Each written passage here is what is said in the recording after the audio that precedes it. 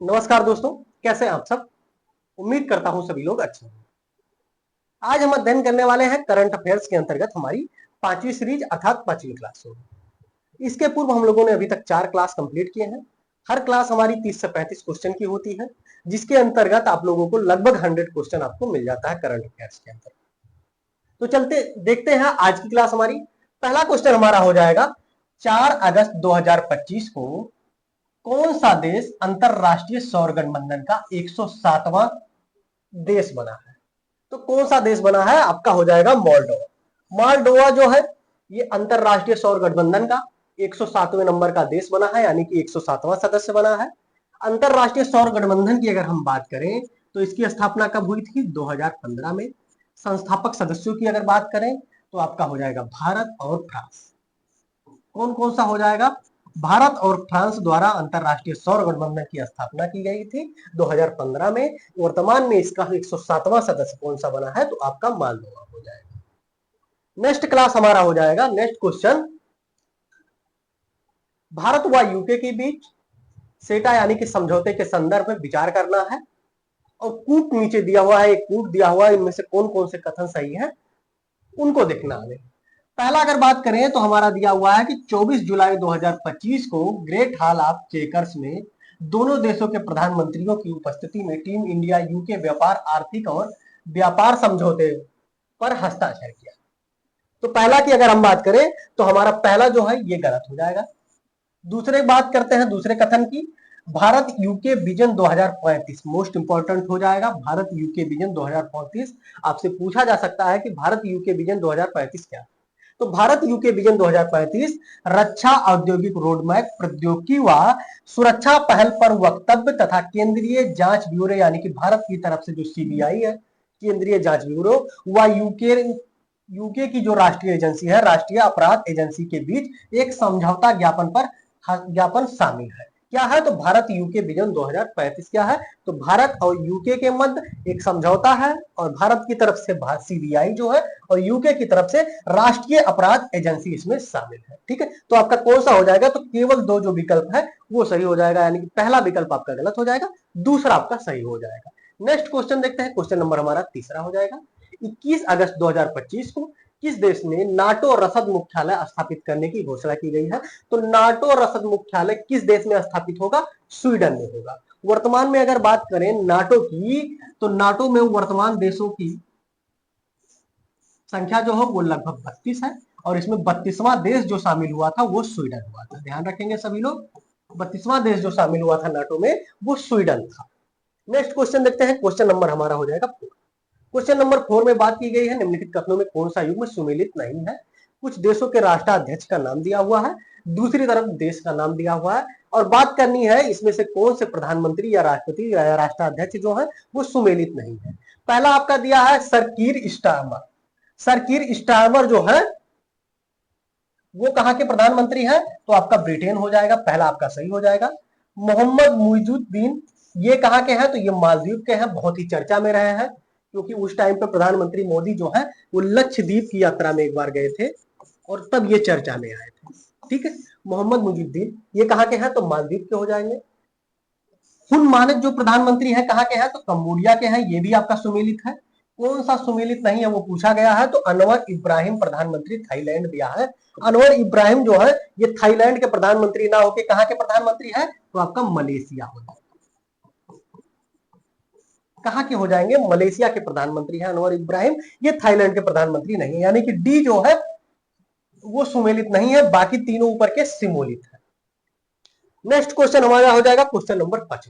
वर्तमान में आसियान का अध्यक्ष कौन है, तो थाईलैंड के कार्यवाहक प्रधानमंत्री बेचाया चाई खुनथान जो है वर्तमान में क्या है, तो ये कार्यवाहक प्रधानमंत्री के रूप में पहला आपका दिया हुआ है, तो ये नहीं है। कंबोडिया के प्रधानमंत्री हुन मानेत ये भी नहीं हो जाएंगे। मलेशिया के प्रधानमंत्री अनवर इब्राहिम जो है ये क्या है, तो वर्तमान में आसियान के अध्यक्ष के रूप में उन्हें नियुक्ति की गई है, मलेशिया के प्रधानमंत्री अनवर इब्राहिम का, यानी कि सी जो आपका सही हो जाएगा, बाकी तीनों ए बी और डी जो है ये गलत हो जाएगा। नेक्स्ट क्वेश्चन हो जाएगा क्वेश्चन नंबर हमारा 6। 900 वर्ष पुराने प्रीही मंदिर यानी कि जो शिव भगवान जी का मंदिर है, को अंतरराष्ट्रीय न्यायालय ने 1962 में किस देश को सौंप दिया था? तो किस देश को सौंपा था? तो ये आपका कंबोडिया हो जाएगा। मोस्ट इंपॉर्टेंट हो जाएगा। 900 वर्ष पुराने नाम क्या है? प्री बिहियर मंदिर। और प्री बिहियर मंदिर जो है वो किस भगवान को समर्पित है पूछा जा सकता है, तो भगवान शिव को समर्पित है। और अंतरराष्ट्रीय न्यायालय द्वारा इसे किस देश को सौंपा गया? तो आपका कंबोडिया हो जाएगा। इसका संबंध कब है? तो 1962 में। नेक्स्ट क्वेश्चन देखेंगे, क्वेश्चन नंबर हमारा हो जाएगा 7वां। बिम्स्टेक शिखर सम्मेलन के संदर्भ में निम्नलिखित कथनों पर विचार करना है। पहला आपका कथन दिया हुआ है, इसमें से ध्यान रखेंगे। पहले कथन में बात की गई कि 4 अप्रैल 2025 को छठे बिम्स्टेक शिखर सम्मेलन का आयोजन इंडोनेशिया जाकार्ता में हुआ। पहला आपका दिया हुआ है, ध्यान रखेंगे ये आपका गलत है, क्योंकि इंडोनेशिया जाकार्ता में बिम्स्टेक जो शिखर सम्मेलन है, छठा बिम्स्टेक शिखर सम्मेलन, इसका आयोजन इंडोनेशिया जाकार्ता में ना होके कहां पे हुआ है? तो आपका बैंकॉक थाईलैंड। कहां पे हुआ है? तो बैंकॉक में हुआ है। और ये बैंकॉक कहां पे है? तो थाईलैंड में। तो पहला तो आपका गलत हो गया। दूसरा हो जाएगा, इस शिखर सम्मेलन की जो थीम थी समृद्धि, लचीला व खुला बिम्स्टेक। मोस्ट इंपॉर्टेंट हो जाएगा थीम। इस बिम्स्टेक शिखर सम्मेलन की जो थीम थी समृद्धि, लचीला व खुला बिम्स्टेक, इस पर आधारित थे। तो दूसरा आपका सही हो जाएगा, ध्यान रखेंगे। बिम्स्टेक शिखर सम्मेलन कहां हुआ? तो बैंकॉक थाईलैंड में हुआ। और इसकी थीम जो थी वो समृद्धि, लचीला और खुला बिम्स्टेक इसकी थीम थी। तो इसमें कौन सा क्वेश्चन के हिसाब से तो केवल 2 सही हो जाएगा, लेकिन जो बिम्स्टेक शिखर सम्मेलन हुआ ध्यान रखिएगा बैंकॉक थाईलैंड में हुआ, ना कि कहां पे हुआ? इंडोनेशिया में, बैंकॉक थाईलैंड। नेक्स्ट हम देखेंगे, क्वेश्चन नंबर हमारा हो जाएगा 8वां। निम्नलिखित कथनों पर विचार करना है। 2 कथन दिए हुए हैं और कूट दिया हुआ है नीचे, कौन से कूट इसमें सही है? भारत ने युवाओं को कौशल प्रदान करने के लिए बोधि नामक नए कार्यक्रम की घोषणा की। पहला आपका सही है। बोधि का पूरा नाम क्या है? तो BIMSTEC for organised development of human infrastructure, इसका फुल फॉर्म है। मोस्ट इंपॉर्टेंट हो जाएगा। बोधि कार्यक्रम आपसे पूछा जा सकता है।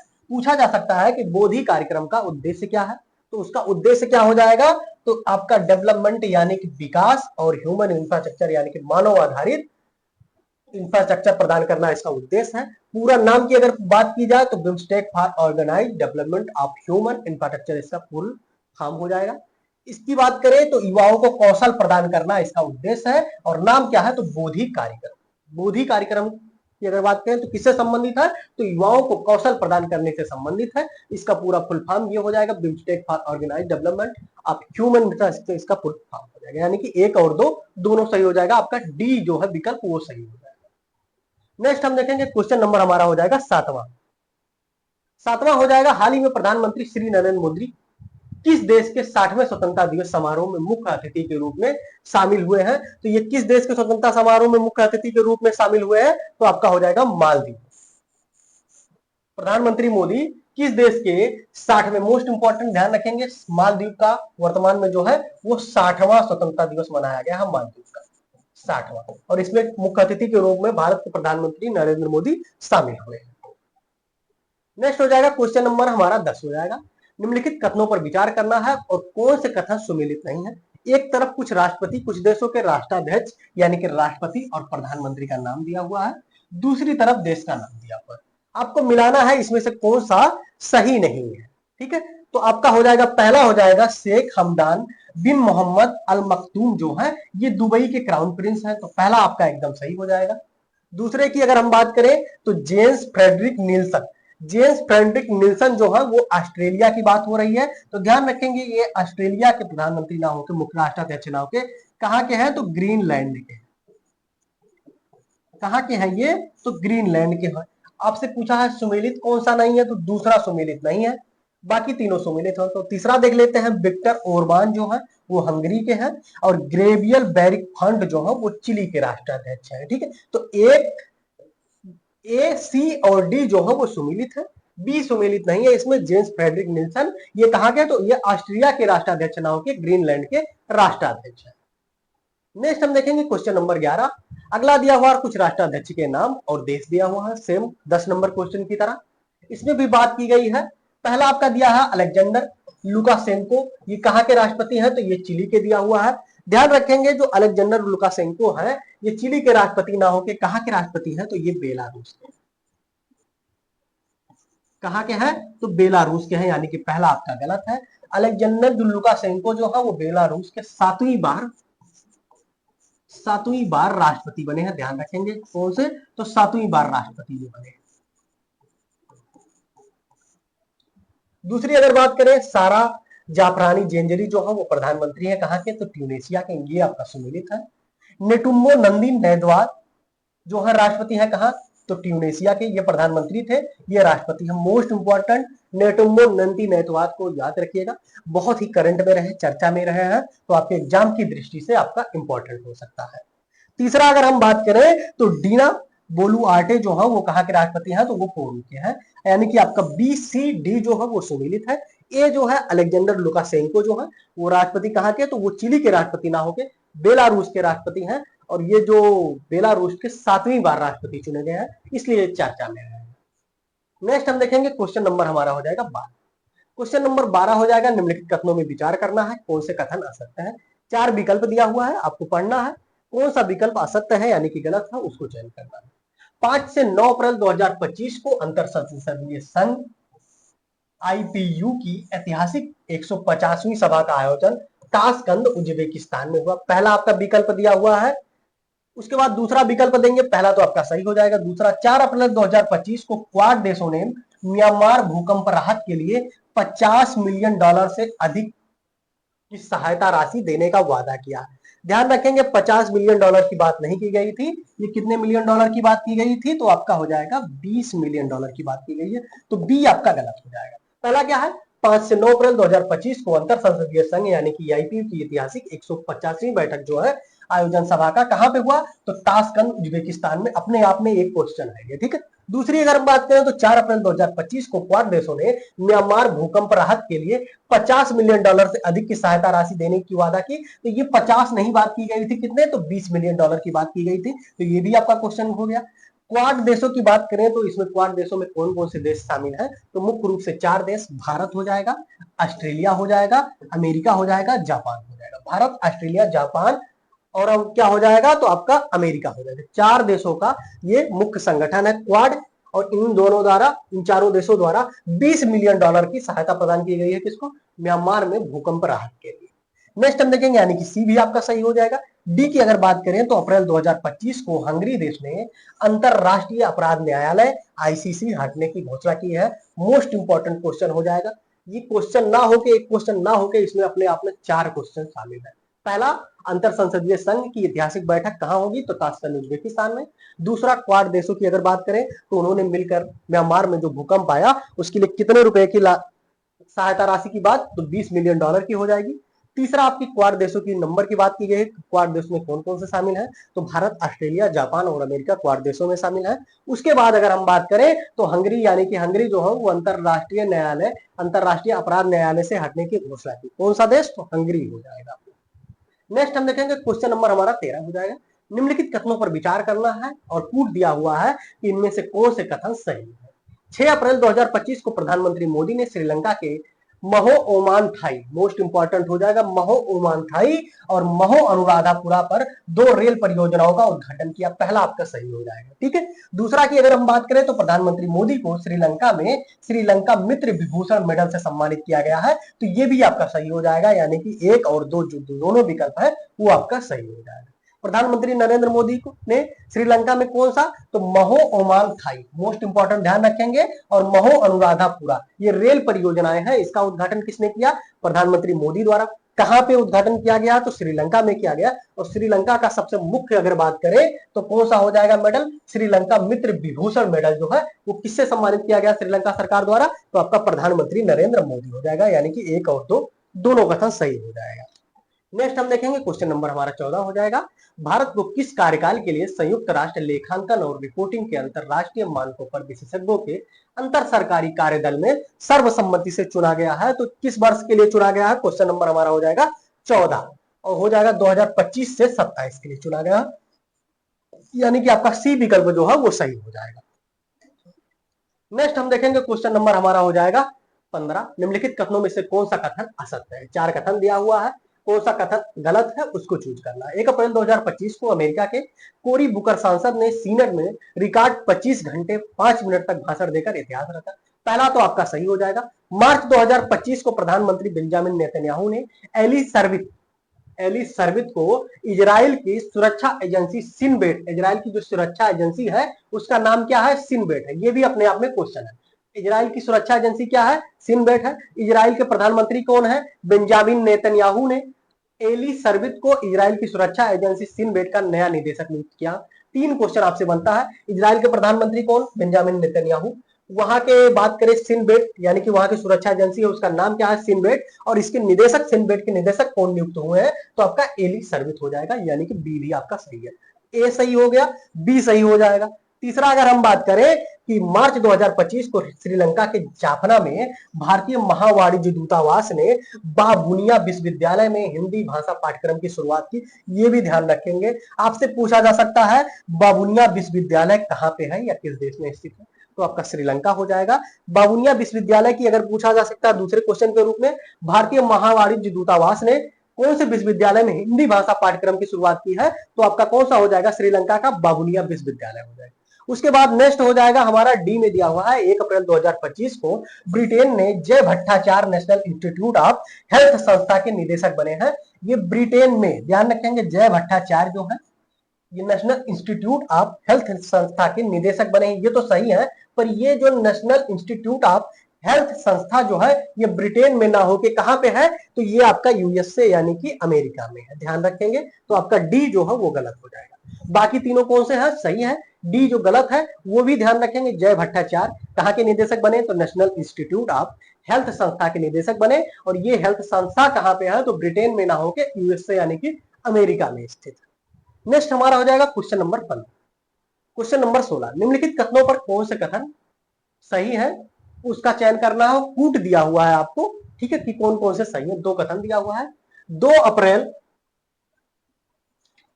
2025 को बिम्स्टेक के वरिष्ठ अधिकारियों की बैठक बैंकॉक थाईलैंड में आयोजित की गई और बिम्स्टेक का मुख्यालय जो है वो ढाका यानी कि बांग्लादेश में स्थित। तो पहला आपका सही हो जाएगा। ध्यान रखेंगे, बिम्स्टेक के वरिष्ठ अधिकारियों की जो बैठक हुई कहां हुई? तो बैंकॉक थाईलैंड में हुई। और इसका मुख्यालय बिम्स्टेक का कहां है? तो आपका हो जाएगा ढाका यानी कि बांग्लादेश में हो जाएगा। पहला तो सही है।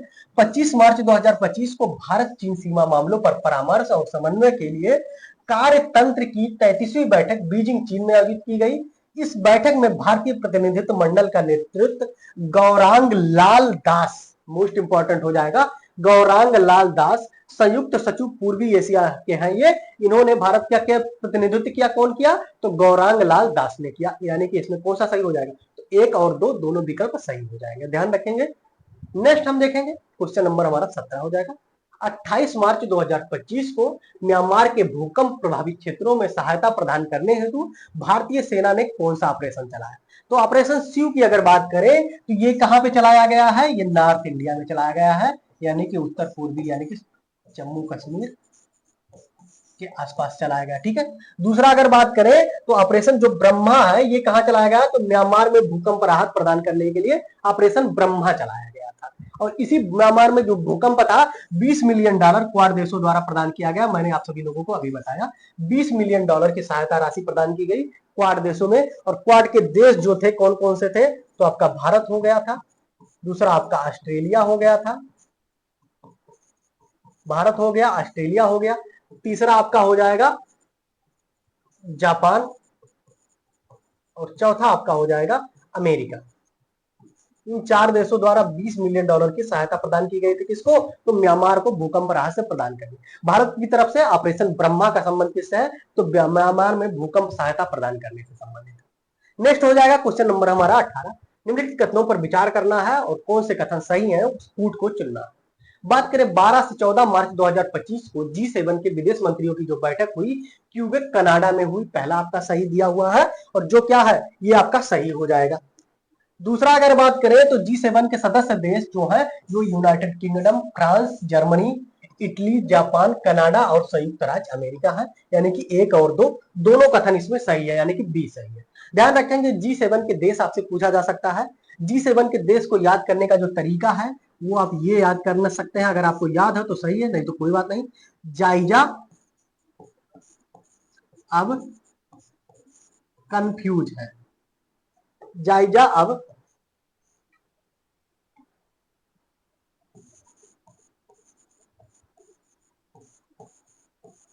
कंफ्यूज है। Japan, Italy, Germany, America, Britain, Canada, France. ठीक है, जापान, इटली, जर्मनी, 3 3 6 7 देश आ गए। Japan, Italy, Germany, America, Britain, Canada और फ्रांस, ये G7 के देशों को याद करने का आपका ट्रिक हो जाएगा। ठीक है, तो यानी कि एक और दो दोनों सही हो जाएगा आपका। नेक्स्ट हमारा हो जाएगा क्वेश्चन नंबर 19। निम्नलिखित कथनों पर विचार करना है और कौन से कथन सही है उसके लिए कूट की बात की गई है, उसको चूज करना है। मार्च 2025 को दक्षिण कोरिया देश कि राष्ट्रीय स्पेस एजेंसी ने वैश्विक अंतरिक्ष शक्ति बनने के लिए वर्ष 2045 तक 30,000 एरोस्पेस पेशेवरों को प्रशिक्षित करने की घोषणा यानी कि योजना बनाई है। किसके द्वारा बनाई गई है? तो दक्षिण कोरिया के द्वारा बनाई गई है, जो पहला आपका सही हो जाएगा। यह पहल कोरिया एरोस्पेस एडमिनिस्ट्रेशन ने शुरू की है, ये भी आपका सही हो जाएगा, यानी कि एक और दो दोनों विकल्प आपका सही हो जाएगा। ठीक है, मिलते हैं नेक्स्ट क्वेश्चन यानी कि क्वेश्चन नंबर 20 में। विश्व का कितना फसल उत्पादन केवल 9 फसलों पर आधारित है, निर्भर है? तो ध्यान रखेंगे विश्व की जो टोटल 9 फसलें हैं कौन कौन सी? गन्ना, मक्का, चावल, गेहूं, आलू, सोयाबीन, पाम ऑयल, चुकंदर और कसाव।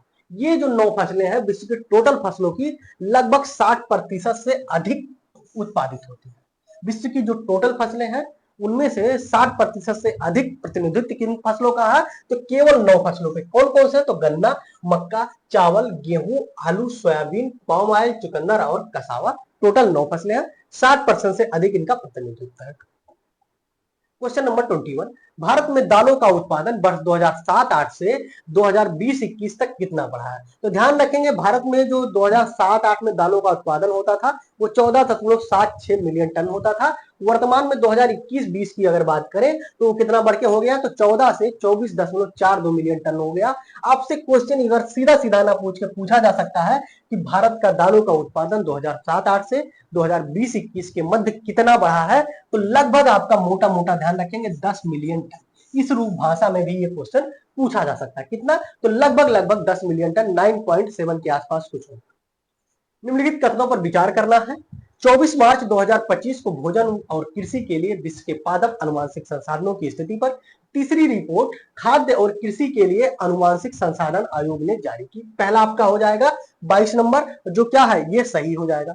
दूसरा अगर हम बात करें तो इस रिपोर्ट के अनुसार वर्तमान वैश्विक आबादी का 40% हिस्सा पोषक आहार का खर्च वहन करने में असमर्थ है, ये भी आपका सही है, यानी कि एक और दो दोनों विकल्प आपका सही हो जाएगा। क्या क्या है? मार्च 2025 में भोजन व कृषि के वैश्विक यानी कि विश्व के पादप अनुवांशिक संसाधनों की स्थिति पर तीसरी रिपोर्ट आई, जिसके अनुसार खाद्य एवं कृषि के लिए अनुवांशिक संसाधन आयोग द्वारा जारी की गई इस रिपोर्ट को। और इस रिपोर्ट के अनुसार क्या है? वर्तमान में वैश्विक यानी कि विश्व की टोटल आबादी का 40% जो हिस्सा है वो पोषक आहार का खर्च वहन करने में आज भी असमर्थ है। दोनों कथन आपका सही हो जाएगा। मार्च 2025 में क्वेश्चन नंबर हमारा 23 हो जाएगा। इसमें भी दो विकल्प दिए हुए हैं, चूज करना आपको कौन सा कूट सही है। मार्च 2025 में education and nutrition most important हो जाएगा। Education and nutrition learn to eat well UNESCO द्वारा जारी की गई है। ध्यान रखेंगे ये रिपोर्ट जो है वो यूनेस्को द्वारा जारी की गई है। इस रिपोर्ट के संदर्भ में दो कथन दिए हुए, कौन कौन सा? इस रिपोर्ट में स्कूल पाठ्यक्रम में खाद्य शिक्षा शामिल करने की वकालत की गई है, पहला आपका दिया हुआ है। दूसरा की अगर बात करें ये आपका सही है। दूसरा अगर बात करें रिपोर्ट के अनुसार वर्ष 2024 में प्राथमिक स्कूल के 47% बच्चों को स्कूल में भोजन मिला है, तो ये भी आपका सही हो जाएगा, यानी कि एक और दो दोनों सही हो जाएगा। विकल्प ए जो है वो सही हो जाएगा। क्या क्या? रिपोर्ट के अनुसार किसके द्वारा? तो एजुकेशन एंड न्यूट्रिशन रिपोर्ट जो I learn to eat well किसके द्वारा जारी की गई? तो आपका यूनेस्को द्वारा जारी की गई, मोस्ट इंपॉर्टेंट। दूसरी अगर बात करें तो इस रिपोर्ट में किस चीज की बात की गई? तो स्कूल पाठ्यक्रम में खाद्य शिक्षा शामिल करने की बात की गई, पहला। दूसरा बात की गई कि 2024 में प्राथमिक स्कूल के जो 47% बच्चे हैं उनको स्कूल में भोजन मिला, इसकी बात की गई। दोनों आपका सही हो जाएगा। नेक्स्ट हमारा हो जाएगा question number 24। Cluster munitions convention के संदर्भ में निम्नलिखित कथनों पर विचार करना है। क्लस्टर म्यूनिशंस कन्वेंशन जो है वो क्या है? एक अंतरराष्ट्रीय संधि है, मोस्ट इंपॉर्टेंट। 12 अक्टूबर को जो है आपका यूपीपीसीएस का एग्जाम होने वाला है और इसमें करंट अफेयर्स की अगर हम बात करें तो लगभग 25 यानी कि 20 से 25 क्वेश्चन जो करंट अफेयर्स से पूछे जा सकते हैं। ध्यान रखेंगे यूपीपीसीएस का एग्जाम है, क्वेश्चन आपको सीधा सीधा ना पूछ के कोई भी टॉपिक करंट अफेयर्स में अगर रिलेटेड है तो उस टॉपिक से सीधा सीधा करंट के क्वेश्चन ना पूछ के उसके आसपास में उससे संबंधित अन्य तथ्यों की बात की जा सकती है करंट अफेयर्स के रूप में। ठीक है, तो ध्यान रखेंगे, आपसे पूछा जा सकता है कि क्लस्टर म्यूनिशंस कन्वेंशन क्या है, इस संदर्भ में कौन कौन से, तो क्लस्टर म्यूनिशंस कन्वेंशन जो है वो एक अंतरराष्ट्रीय संधि है और इसको क्या करेंगे 5 मार्च 2025 को लिथुआनिया ने रूस से सुरक्षा चिंताओं के कारण क्लस्टर म्यूनिशंस कन्वेंशन से हटने की घोषणा की है। किस देश ने क्लस्टर म्यूनिशंस कन्वेंशन से हटने की घोषणा की, तो आपका लिथुआनिया हो जाएगा। और किससे, तो रूस से सुरक्षा चिंताओं के कारण यह हटने की घोषणा की, यानी कि आपका एक और दो दोनों विकल्प जो है वो सही हो जाएंगे। नेक्स्ट हमारा हो जाएगा क्वेश्चन नंबर 25। 25 फरवरी 2025 को ग्रीन ट्रांजिशन अलायंस इंडिया यानी कि जीटीएआई की शुरुआत करने की घोषणा किस देश ने की, यानी कि ग्रीन ट्रांजिशन अलायंस इंडिया की शुरुआत किस देश द्वारा की गई, तो आपका डेनमार्क हो जाएगा। किस देश द्वारा शुरू की गई, तो आपका डेनमार्क हो जाएगा। नेक्स्ट हमारा हो जाएगा क्वेश्चन नंबर 26। 23 फरवरी 2025 को भारत ने उष्णकटिबंधीय तूफान सारा के मद्देनजर किस देश को 26 टन मानवीय सहायता प्रदान की है, तो आपका कौन सा देश हो जाएगा, होंडुरस। होंडुरस जो है ये ध्यान रखेंगे, आपसे पूछा जा सकता है सारा जो तूफान है वो कैसा था, तो उष्णकटिबंधीय तूफान था। दूसरा, सारा तूफान किस देश में आया, तो होंडुरस को प्रभावित किया। और भारत ने सारा तूफान के तहत किस देश को, तो आपका 26 टन मानवीय सहायता भारत होंडुरस को पहुंचाया है। ठीक है, तो ये था हमारा आज की करंट अफेयर्स की क्लास, जिसके अंतर्गत हम लोगों ने लगभग बात करें 26 यानी कि 26 क्वेश्चन को हमने कवर किया। ध्यान रखेंगे एक एक क्वेश्चन में हम लोगों ने 3 से 4 क्वेश्चन कवर किए हैं। विकल्प की दृष्टि से अगर बात करें तो लगभग हमारा 100 के आसपास क्वेश्चन हम लोग पर डे क्लास में कंप्लीट करते हैं, लगभग आधा घंटे के अंदर। सारे के सारे क्वेश्चन आप लोगों ने देखा होगा, बहुत एग्जाम की दृष्टि से बहुत ही इंपॉर्टेंट है। तो आज की क्लास आप सभी लोगों को कैसी लगी कमेंट में जरूर बताइएगा। वीडियो को लाइक कीजिएगा, चैनल को सब्सक्राइब जरूर कीजिएगा। मिलते हैं आपको नेक्स्ट क्लास में। सभी लोगों को धन्यवाद।